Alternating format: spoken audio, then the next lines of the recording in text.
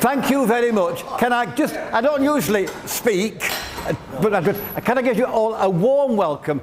I really think now the lunches on the first Saturday in each month is becoming a very important part of our social calendar. Young people, young families, older people, I didn't say old, older people, and it gives a lovely vignette, a cross-section of this community.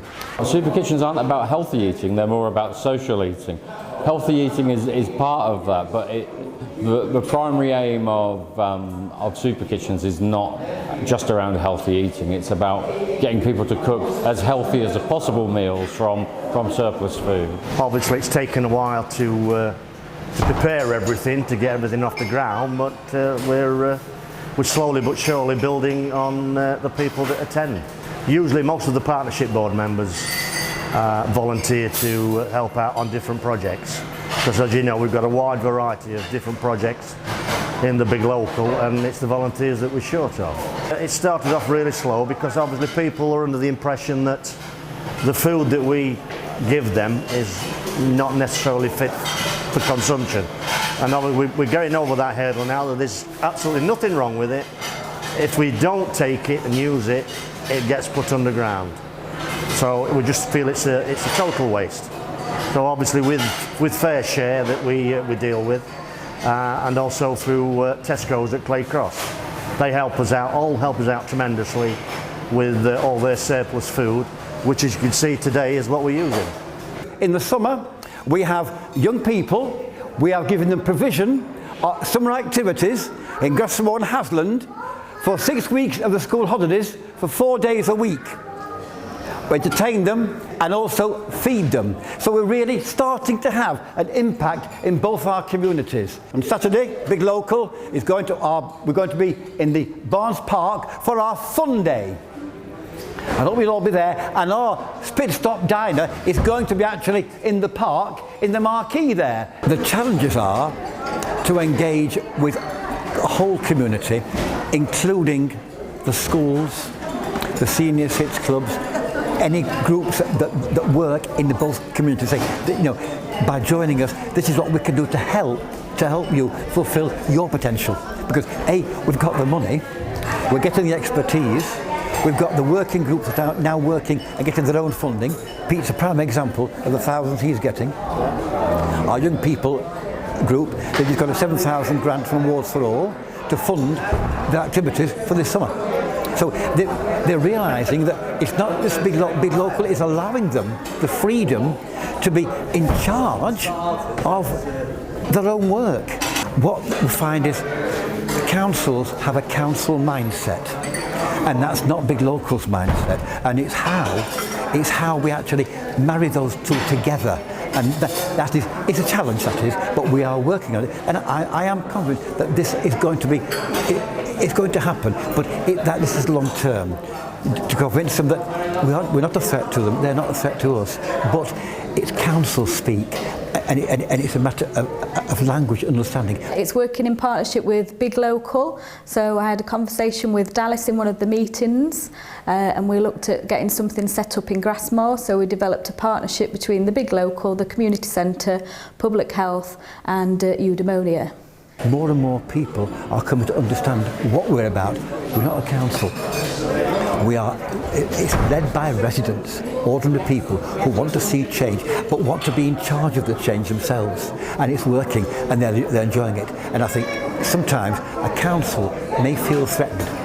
I think in that respect, and we've got to show we're not a threat at all. We're working as a team, so that is a challenge. But you see, the thing is, they found difficulty in selling this place to the community. Now Big Local, we've got an office here 2 days a week. We have this Pit Stop Diner, and many people have come in the centre. They've never hitherto come in before until Big Local have started to open it wide. So again, the council, it's benefiting them, putting money in their coffers and helping the building, hopefully, to become self-financing. I think they are getting more well known. They're doing big events, they're doing galas, they've got screens all over, they're doing lots of activities, there's outdoor activities, there's things that they do for the elderly, there's things they do for the community. So I think the more and more events that are happening and things that are going on in the area, I think it's really positive.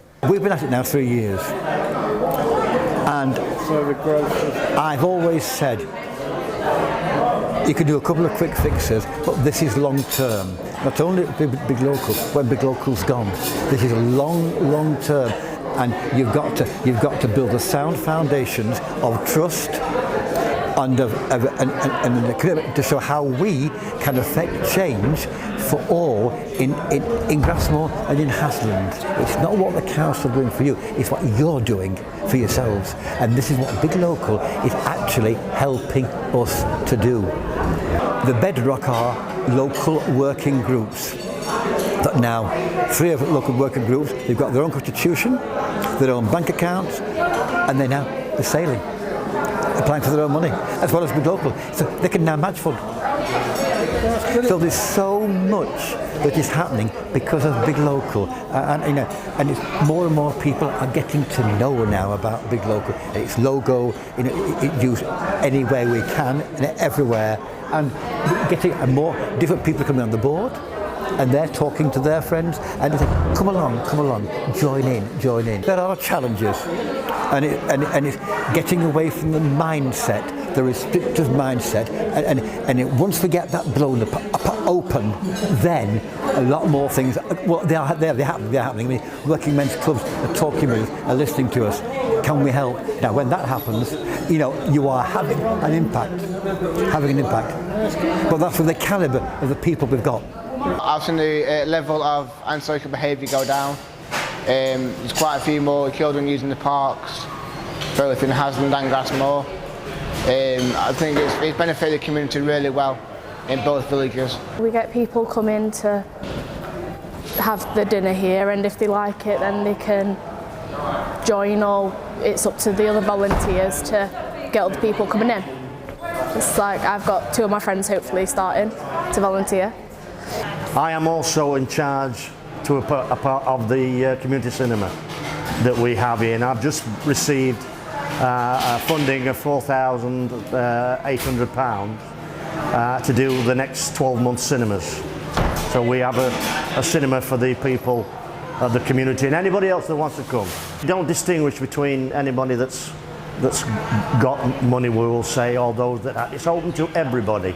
And the good thing about it is it gets community spirit together, whereas, which has been lacking a little bit in this village since the pitch shut.